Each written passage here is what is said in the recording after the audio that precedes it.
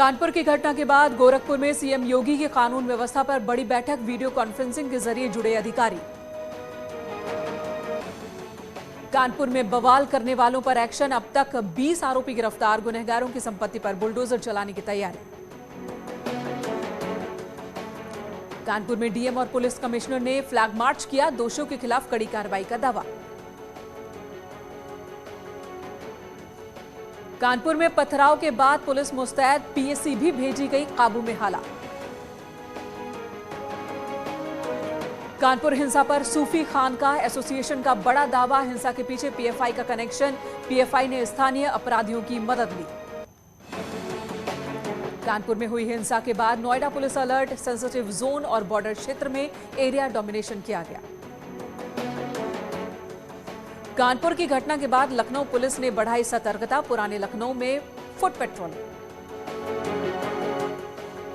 उन्नाव में 2 समुदायों में खूनी संघर्ष के बाद अलर्ट मोड पर उन्नाव पुलिस, फुट पेट्रोलिंग कर सुरक्षा का जायजा लिया। यूपी के सभी 11 राज्यसभा प्रत्याशी निर्विरोध निर्वाचित, बीजेपी के 8, समाजवादी पार्टी से 1, आरएलडी से 1 और एक निर्दलीय उम्मीदवार निर्विरोध निर्वाचित। स्वामी अविमुक्तेश्वरानंद को ज्ञानवापी में पूजा करने की इजाजत नहीं दी गई, मामला कोर्ट में विचाराधीन होने की वजह से प्रशासन ने नहीं दी परमिशन। आजमगढ़ उपचुनाव में एसपी ने उम्मीदवार तय किया, डिंपल नहीं लड़ेंगे उपचुनाव, सुशील आनंद होंगे समाजवादी पार्टी के उम्मीदवार। पीएम मोदी ने परिवारवाद पर निशाना साधा, देश के कोने कोने में परिवारवादी एकजुट हो रहे हैं, देश में मजबूत विपक्ष जरूरी। राष्ट्रपति ने पीएम मोदी का किया धन्यवाद, कहा मेरे गांव में पीएम मोदी का स्वागत, मैं अपने गांव की माटी को माथे पर लगाता हूं। सीएम योगी बोले आज का दिन बेहद अहम, एक साथ महामहिम और पीएम मोदी मौजूद। राष्ट्रपति के गांव में विकास की बयार, शिक्षा का बड़ा केंद्र बनकर उभरा है परौख गांव। कानपुर में अपने पैतृक गांव पहुंचे राष्ट्रपति रामनाथ कोविंद, पथरी देवी मंदिर में की पूजा अर्चना, पीएम मोदी और सीएम योगी भी रहे मौजूद। ग्राउंड ब्रेकिंग सेरेमनी के मौके पर लखनऊ में पीएम मोदी यूपी की जमकर तारीफ की, कहा 21वीं सदी में भारत के ग्रोथ को मोमेंटम देगा यूपी। पीएम मोदी ने कहा निवेश को लेकर बीजेपी सरकार ने बदला माहौल, यूपी में तेजी से हो रहा है विकास, निवेश से रिकॉर्ड रोजगार बढ़ा।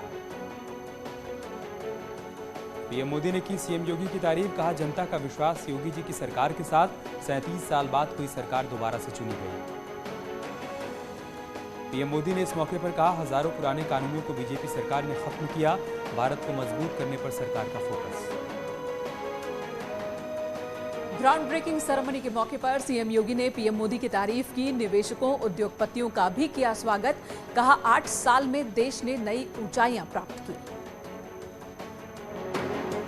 सीएम योगी ने कहा यूपी में हर क्षेत्र में हुआ विकास, कोरोना काल में 66,000 करोड़ का निवेश, कोरोना में जीवन और जीविका बचाई गई।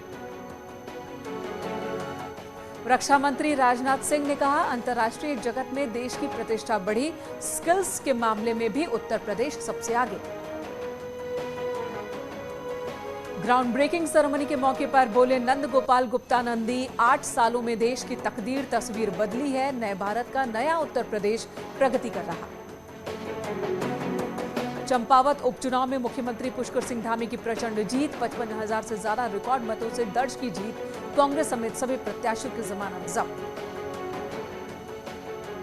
चंपावत में ऐतिहासिक जीत पर सीएम धामी का भव्य स्वागत, कहा यह चंपावत की जनता की जीत है, अंतिम पलों तक करता रहूंगा विकास कार्य। सीएम धामी की ऐतिहासिक जीत पर पीएम मोदी ने भी बधाई दी, ट्वीट कर लिखा उत्तराखंड की प्रगति के लिए सीएम अब और अधिक मेहनत करेंगे। सीएम धामी की जीत पर चंपावत से लेकर देहरादून तक जश्न, देहरादून में कार्यकर्ताओं ने आतिशबाजी की, गणेश जोशी भी जमकर थिरके।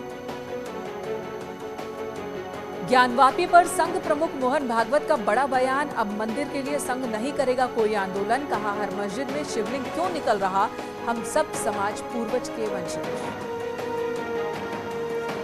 कांग्रेस नेता प्रियंका गांधी को कोरोना, खुद ट्वीट कर जानकारी दी, कुछ दिन पहले मां सोनिया गांधी की रिपोर्ट भी पॉजिटिव आई थी।